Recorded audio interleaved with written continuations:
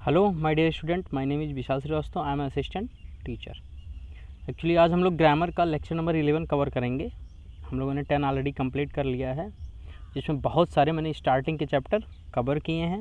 ये हमारा अगला चैप्टर होगा। Chapter name is verb. हम लोग आज क्या कवर करेंगे? वर्ब और उसके टाइप्स, कितने टाइप्स के होते हैं, और verb, what is verb, verb की डेफिनेशन क्या होती है, बिल्कुल अच्छे से सीखेंगे। इसके बाद शायद आपको किसी और वीडियो की ज़रूरत नहीं पड़ेगी। चलिए फर्स्ट स्टार्टिंग से पहले मोटिवेशनल कोट शेयर करते हैं, then we will move on topic. Your today's motivational quote is education is the most powerful weapon you can use to change the world. मतलब एजुकेशन एक ऐसा सबसे पावरफुल वेपन है, हथियार है, जिसका प्रयोग करके तुम पूरे संसार को चेंज कर सकते हो। एजुकेशन एक ऐसा पावरफुल वेपन है जिसका प्रयोग करके तुम पूरे संसार को बदल सकते हो। एग्जाम्पल आप स्वामी विवेकानंद को ले लीजिए, या राजा राम मोहन राय को ले लीजिए, स्वामी दयानंद सरस्वती। इन लोगों ने क्या किया? इन लोगों ने अपने एजुकेशन का प्रयोग किया। गौतम बुद्ध को ले लीजिए, महावीर स्वामी को, इन्होंने अपने एजुकेशन को लोगों तक पहुंचाया और उसको एक वेपन के तरीके से यूज किया, और जिसकी वजह से इस विश्व में बहुत सारे परिवर्तन आए। आई होप अब आप भी समझ गए होंगे कि एजुकेशन एक ऐसा पावरफुल वेपन है जिसके थ्रू कोई भी संसार को बदल सकता है। तो आज से अपने आप को अपडेट करेंगे ताकि कल आप भी कहीं स्टैंड कर सकें। चलिए हम लोग टॉपिक शुरू करते हैं। The topic name is verb and it's type. Verb and it's type, क्रिया और उसके प्रकार। तो first question, what is the verb? Actually verb होता ही क्या है? What is verb? तो मैं इजी लैंग्वेज में बताता हूँ। वर्ब जो भी सेंटेंस में कोई ऐसा वर्ड जो एक्शन को बता रहा हो। जो किसको बता रहा हो? सेंटेंस में कोई ऐसा वर्ड जो एक्शन को बता रहा हो कि एक्चुअली सेंटेंस में काम क्या हो रहा है, वही वर्ड हमारा वर्ब कहलाता है। Verb are the action word, वही एक्शन वर्ड होता है जो ये बताता है कि काम एक्चुअली क्या हो रहा है, सब्जेक्ट इस सेंटेंस में क्या काम कर रहा है। Verb are the action words in the sentence that describe what the subject is doing. उस पर्टिकुलर सब्जेक्ट में, उस पर्टिकुलर सेंटेंस में सब्जेक्ट क्या कर रहा है, ये जो काम बताएगा वो हमारा वर्ब होगा। आई होप क्लियर होगा। What is verb? डेफिनेटली बहुत ईजी लैंग्वेज में, सेंटेंस में जो काम करे सब्जेक्ट जो काम कर रहा है, उस वर्ड को, उस काम को जो वर्ड बताएगा वही हमारा वर्ब होगा। सेंटेंस में सब्जेक्ट जो काम कर रहा है, उस काम को जो बताएगा वही हमारा वर्ब होगा। I hope understand. Move on the example. Mark Yeats his dinner quickly. Mark ने अपना डिनर ईजिली खा लिया, आसानी, क्विकली खा लिया, मतलब जल्दी से। मार्क ने अपना डिनर जल्दी से खा लिया। तो यहाँ पर अगर बहुत ध्यान से देखेंगे आप, तो मार्क एक सब्जेक्ट हो गया, उसने जल्दी से क्या किया? खाया ही तो है अपने डिनर को। तो यहाँ पर काम कौन बता रहा है? Eats. We went to the market. हम बाजार गए थे। तो काम क्या हो रहा है? जाना, गए थे। तो वेंट आपका क्या हो जाएगा? वर्ब हो जाएगा। You right neatly in your notebook. तुम्हें अपनी नोटबुक में साफ लिखना चाहिए। कैसा लिखना चाहिए? साफ। काम क्या हो रहा है? लिखने का। तो राइट यहाँ पर क्या हो जाएगा? वर्ब हो जाएगा। पहले सेंटेंस में काम क्या हो रहा था? खाने का काम हो रहा था, इसलिए ईट्स लगा है। दूसरे सेंटेंस में जाने का काम हो रहा था, मार्केट जा रहा था, इसलिए वेंट लगा है। तीसरे सब्जेक्ट में लिखने का काम हो रहा था, इसलिए राइट लगा है। तो आई होप समझ में आया होगा। ईट्स, वेंट, राइट, ये आपके क्या है? वर्ब होंगे, because they show the action. चलिए नेक्स्ट पैरा पर चलते हैं। तो there are two types of verb. First finitive verb, finite verb. दूसरा infinitive, infinitive verb. Finite, infinitive verb. Finite verb क्या होता है? फाइनाइट वर्ब में 4 टाइप आते हैं: linking verb, transitive verb, intransitive, auxiliary verb. और इन्फिनेटिव वर्ब में participle,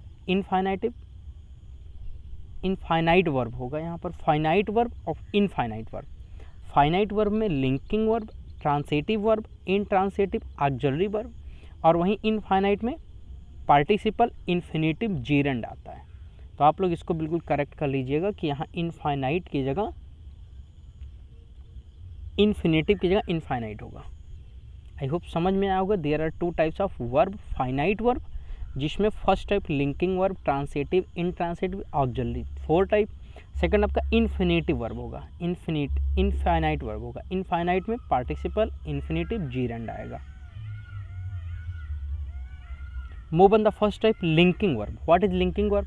देखिए लिंकिंग वर्ब वो होता है जो सब्जेक्ट, जो वर्ब को कनेक्ट करता है सब्जेक्ट से किसी भी सेंटेंस में, वर्ब को कनेक्ट करता है सब्जेक्ट से और इंफॉर्मेशन देता है सब्जेक्ट के बारे में। जैसे कौन सी इंफॉर्मेशन? या तो कंडीशन बता रहा होगा सब्जेक्ट की, या तो सब्जेक्ट का रिलेशन बता रहा होगा। एक्चुअली ये कभी भी एक्शन नहीं शो करता, लिंकिंग वर्ब कभी भी एक्शन नहीं शो करते हैं। सिंपली ये क्या करते हैं, सब्जेक्ट को उस बचे हुए पूरे सेंटेंस से लिंक करते हैं। लिंक का मतलब जोड़ते हैं। तो लिंकिंग वर्ब कभी भी एक्शन नहीं बताएगा, ये सिर्फ रिलेशन बताएगा सब्जेक्ट और रेस्ट ऑफ द सेंटेंस के बीच में। चलिए एग्जांपल के थ्रू हम लोग देख लेते हैं। जैसे for example they are a problem, they are a problem मतलब वह एक, दे आर अ प्रॉब्लम वह समस्या में है। तो इसमें आर क्या कर रहा है? लिंक ही तो कर रहा है। किसके बीच में? सब्जेक्ट के बीच में, दे के बीच में और अ प्रॉब्लम के बीच में। वह एक समस्या है। तो इसमें अ प्रॉब्लम और दे के बीच में कौन शो कर रहा है? लिंक आर ही कर रहा है। तो आर यहाँ पर क्या होगा? Linking verb.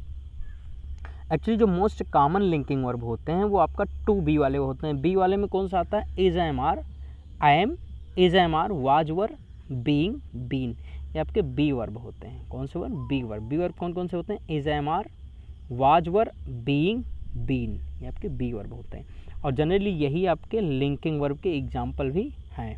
जैसे William is excited about his promotion, William is excited about his promotion. तो विलियम एक्साइटेड है, विलियम से रिलेशन बता दिया इज ने। विलियम कैसा है? एक्साइटेड है। किसको लेकर? अपनी प्रमोशन को लेकर। तो यहाँ विलियम का को लिंक किया गया है रेस्ट ऑफ द सेंटेंस से। तो यहाँ इज आपका क्या हो जाएगा? Linking verb. She seems upset about the announcement, she seems मतलब वह लग रही है, अपसेट उस घोषणा के बाद। तो वह देखो सी अपसेट तो होगा नहीं, सी सीम्स ही जो जोड़ रहा है वह लग रही है। तो सीम्स ही तो जोड़ रहा है सेंटेंस को रेस्ट ऑफ द सेंटेंस से। सी को रेस्ट ऑफ द सेंटेंस से कौन सा वर्ड जोड़ रहा है? सीम्स जोड़ रहा है। तो यहाँ पर सीम्स भी आपका क्या हो जाएगा? Linking verb. और एग्जांपल देख लेते हैं। द एग्स स्मेल रॉटन, एग्स कैसा स्मेल कर रहा है? रॉटन, महक रहा है। तो यहाँ बहुत ध्यान से देखिए तो एग्स और रॉटन के बीच में कौन सा लिंक कर रहा है? स्मेल ही कर रहा है, इसलिए स्मेल आपके यहाँ क्या होगा? लिंकिंग वर्ब होगा। बाकी और भी 2 एग्जांपल लिखें, you can read it. If any doubt then comment in comment section. Your next type transitive verb, your next type is transitive verb. Transitive verb क्या होता है? एक्चुअली ट्रांसिटिव वर्ब वो होता है जिसमें सेंटेंस को अपना, सब्जेक्ट को अपना एक्शन कंप्लीट करने के लिए ऑब्जेक्ट की ज़रूरत होती है। मतलब सिंपल सी बात ये समझिए कि ट्रांसिटिव में ऑब्जेक्ट का आना कंपलसरी है। Subject verb object. जैसे सरला राइट्स अ लेटर, सरला लिखती है एक पत्र, सरता एक पत्र लिखती है। तो यहाँ सरला क्या हो गया? नाउन हो गया, मतलब सब्जेक्ट। राइट्स आपका वर्ब है और वहीं अ लेटर आपका क्या है? ऑब्जेक्ट है। Say the cat kills a rat, जो कैट है वो रैट को मारती या मारता है। तो कैट किसको मारती है? रैट को किल्स करती है। अगर बहुत ध्यान से देखिए द कैट यहाँ पर क्या होगा? सब्जेक्ट, किल्स आपका वर्ब और आ रैट जो आपका हो वो ऑब्जेक्ट। मतलब ट्रांसिटिव वो वर्ब होता है जिसमें सब्जेक्ट वर्ब के साथ साथ ऑब्जेक्ट का भी होना वेरी इंपॉर्टेंट है। इनट्रांसिटिव क्या होता है? बिल्कुल बहुत ईजी है। उसमें हम लोग पढ़े थे ट्रांसिटिव में कि इसमें सब ऑब्जेक्ट का होना कंपलसरी है, इसमें ऑब्जेक्ट की ज़रूरत ही नहीं है। इनट्रांसिटिव उस सेंटेंस को कहेंगे जिसमें हमें ऑब्जेक्ट की ज़रूरत नहीं या ऑब्जेक्ट होता ही नहीं है, या ऑब्जेक्ट होता ही नहीं है। जैसे राम बीप्स, राम रोता है। द डॉग होगा, सॉरी बॉग लिखा होता है। द डॉग बार्क्स, जो कुत्ता है वो भौंकता है, यहाँ जी होगी, आप समझिएगा। द चाइल्ड स्लीप्स, बच्चा सोता है। तो ये बताइए यहाँ किसी भी तरीके का ऑब्जेक्ट जुड़ा हुआ है? Ram subject, beeps verb, the dog subject, barks verb, the child subject, sleep verb. तो इंट्रांसिटिव में सिर्फ सब्जेक्ट और वर्ब आएगा, और वहीं ट्रांसिटिव में सब्जेक्ट वर्ब के साथ साथ ऑब्जेक्ट का भी आना कंपलसरी है। अब ऑक्सिलरी वर्ब पढ़ लेते हैं। ऑक्सिलरी वर्ब भी 2 टाइप्स के होते हैं, पहला प्राइमरी ऑक्सिलरी होता है और दूसरा मॉडल ऑक्सिलरी होता है। प्राइमरी ऑक्सिलरी को हम हेल्पिंग वर्ब भी कहते हैं, अब मॉडल ऑक्सिलरी होता है वो किसी को काम करने का तरीका बताता है। जो आपके प्राइमरी ऑक्सिलरी उसमें बी वर्ब आते हैं, अभी बी वर्ब मैं पीछे बताया था, इज, एम, वाज, वर, और इसके साथ साथ इसमें do, does, did, have, had, had आता है, हैज, हैव, हैड आता है। ये आपके प्राइमरी ऑक्सिलरीज होती हैं। वहीं अगर मॉडल ऑक्सिलरी की आपका बात करेंगे तो shall, will, should, would, may, might, can, could, must, need, ought, dare, used to, ये आपके क्या है? मॉडल ऑक्सिलरी हैं। प्राइमरी ऑक्सिलरी में क्या आएगा? Is, am, are, was, were, do, does, did, has, have, had. Modal auxiliary में shall, will, should, would, may, might, can, could, must, need, ought, dare, used to. अब एक कुछ हम लोग प्राइमरी ऑक्सिलरी के एग्जांपल देख लेते हैं। I am singing a song, अगर बहुत ध्यान से देखिए तो यहाँ आपका प्राइमरी वर्ब क्या है, या सहायक वर्ब या हेल्पिंग वर्ब क्या है आपका? आई एम है, आई एम क्या आपका होगा? हेल्पिंग वर्ब होगा। वही ऐसे he was reading a book, तो यहाँ वाज क्या होगा?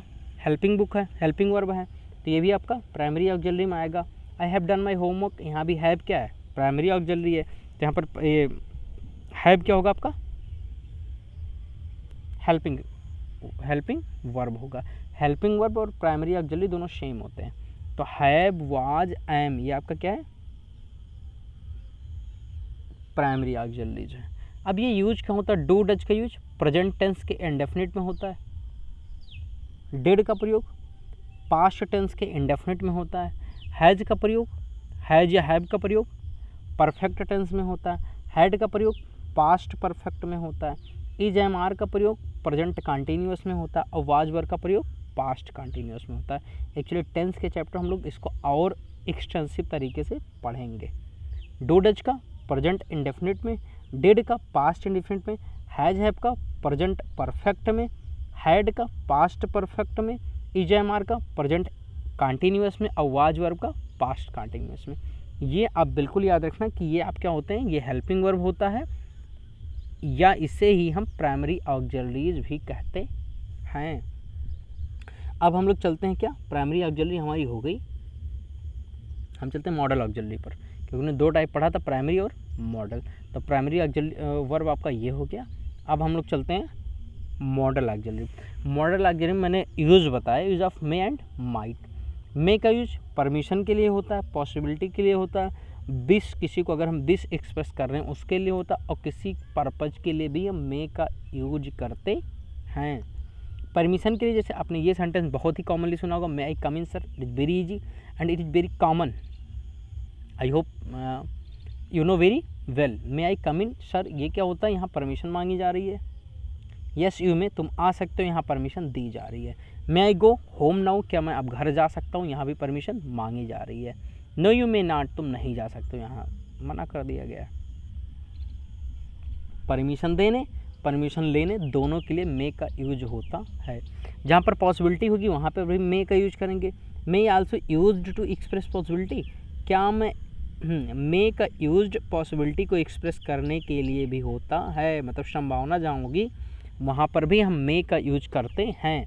जैसे इट में रैन, हो सकता है आज बारिश हो सकता है बारिश हो। सी में कम, हो सकता है वह आए। ही में गेट गुड मार्क्स, हो सकता है वह अच्छे मार्क्स पाए। तो ये आपका क्या हो गया? एक तरीके की पॉसिबिलिटी हो गई। बीफ क्या है? मे गॉड ब्लेस यू, भगवान आपकी रक्षा करे। मे ही साउल रेस्ट इन पीस, उसकी आत्मा को शांति मिले। तो यहाँ पर क्या एक तरीके की विश की जा रही है, इच्छा है, डिजायर है। तो किसी चीज़ को विश करने के लिए भी हम मे का यूज करते हैं। किसी पर्पज के लिए हम मे का यूज करते हैं। पर्पज का मतलब जैसे be eat that we may live, हम इसलिए खाते हैं ताकि हम जीवित रह सकें, ये पर्पज हो गया। हम खाते हैं, इसका पर्पज क्या? ताकि हम जिंदा रह सकें। Farmer use fertilisers, farmer fertilisers या खाद का प्रयोग करते हैं, किसान खाद का प्रयोग करते हैं। सो इसलिए that they may have a rich harvest, ताकि वो आगे चलकर अच्छे से मतलब जो क्रॉप्स को अच्छे से वो हार्वेस्ट कर पाएँ या पका पाएँ या ग्रो कर पाएँ और ज़्यादा से ज़्यादा उससे बेनिफिट ले पाएँ। तो यहाँ पर भी क्या है, पर्पज़ बताया जा रहा है कि ये ऐसी चीज़ की जा रही है ताकि ऐसा हो। आई होप मे का आपको समझ में आया होगा। Move on the use of might. देखो मे का प्रयोग हम प्रेजेंट में करते हैं और माइट का प्रयोग पास्ट में करते हैं। He said I may stand for election, ये डायरेक्ट हो गया। अब देखिए मैं पास्ट में इसी का यूज करता हूँ। He said that he might stand for election, उसने कहा कि मैं इलेक्शन के लिए खड़ा हो सकता हूँ, उसने कहा कि मैं इलेक्शन के लिए खड़ा हो सकता था। तो मे फॉर प्रेजेंट और माइट फॉर पास्ट। जहाँ पर लेस पॉसिबिलिटी होगी, मतलब बहुत ही कम होगी मे के कंपेयर में, वहाँ माइट का यूज करेंगे। जैसे एग्जांपल में बता देता हूँ, इट में रैन, हो सकता है आज बारिश हो सकता है बारिश हो, यहाँ हो सकता है 50% पॉसिबिलिटी है। लेकिन इट माइट रैन, यहाँ पर बिल्कुल लेस पॉसिबिलिटी है, 30%। मतलब माइट में पॉसिबिलिटी जो बताता है वो बहुत ही कम बताता है और मे की पॉसिबिलिटी माइट की अपेक्षा ज़्यादा होती है। आई होप आपको समझ में आया होगा कि मे में जो पॉसिबिलिटी होगी वो माइट से कहीं ज़्यादा होगी। आई होप क्लियर होगा। अगर कोई भी डाउट है तो आप कमेंट कर सकते हैं कमेंट बॉक्स में।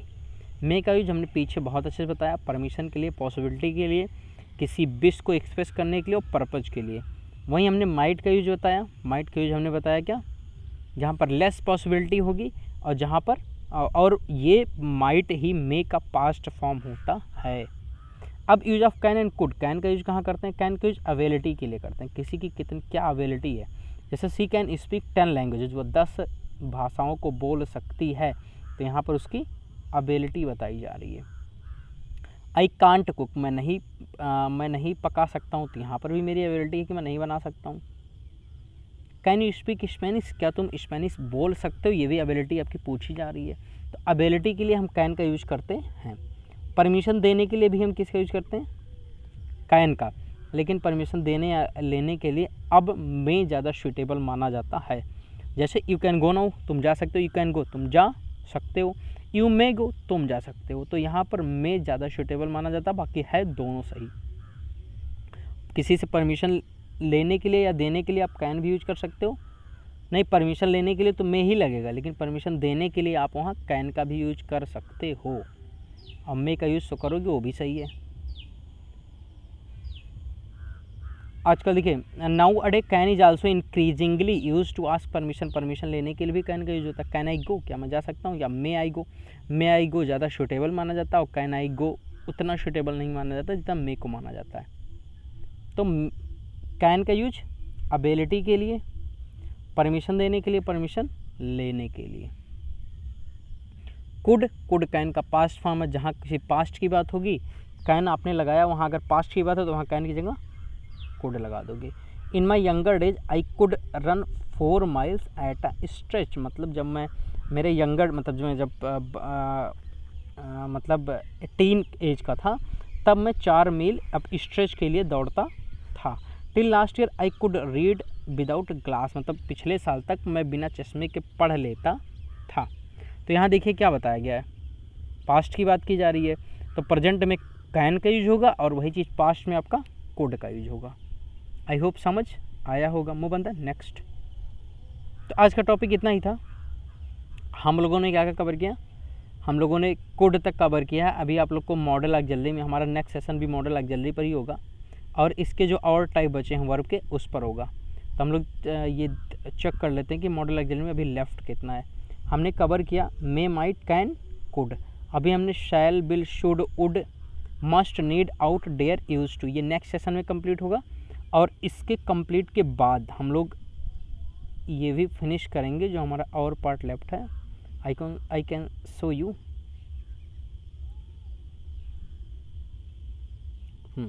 हम लोगों ने लिंकिंग वर्ब कवर किया है, ट्रांसलेटिव कवर किया, इंट्रांसलेटिव कवर किया, ऑक्सिलरी वर्ब हम लोग रीड कर रहे थे। ऑक्सिलरी में मैंने प्राइमरी ऑक्सिलरी पढ़ा दिया, मॉडल ऑक्सिलरी में थोड़ा सा यूज बताया हूँ, थोड़ा सा लेफ्ट है वो अगले नेक्स्ट सेशन में होगा। और नेक्स्ट सेशन में इनफाइनाइट वर्ब का भी तीनों पार्ट डिस्कस होगा पार्टिसिपल, इनफाइनाइट, इन्फिनेटिव और जीरेंड का। आई होप आपको समझ आया होगा। सेशन को ख़त्म करते हैं और सेशन को शेयर कीजिए, लाइक कीजिए, सब्सक्राइब तो ज़रूर कीजिए। और thank you. This is Vishal Srivastava signing of.